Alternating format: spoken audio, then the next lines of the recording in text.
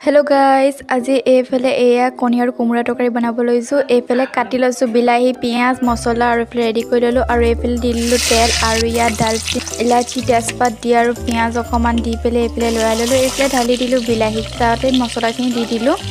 দি বিলাহীখিনি অকণমান সিজালৈকে অকণমান লৰাই থাকিব লাগিব। লৰাই অকণমান বিলাহীখিনি হোৱাৰ পিছত এই আলুখিনি দি দিছোঁ ইয়াত। এই আলুখিনি অকণমান ভাজিলোঁ, ভাজি পেলাই তাৰ ওপৰত কোমোৰাখিনি দি দিলোঁ। সৰু সৰুকৈ কাটি লোৱা কোমোৰাখিনি ইয়াত দি দিয়া হ'ল আৰু ইয়াত লৰাই দিলোঁ। লৰাই পেলাই ঢাকনিখন মাৰি দিলোঁ আৰু এইফালে এয়া কণীকেইটা ফ্ৰাই কৰি ল'লোঁ আৰু এইফালে চালোঁ দেখিলোঁ কোমোৰা আৰু আলু পানী শুকাই গ'ল। এইফালে পানী দি দিলোঁ। কিমান দিব লাগে সেইটোতো নাজানো মই। এইফালে প্ৰথমবাৰ বনাইছোঁ কোমোৰা, কণী আৰু আলু দি বনাই তৰকাৰী।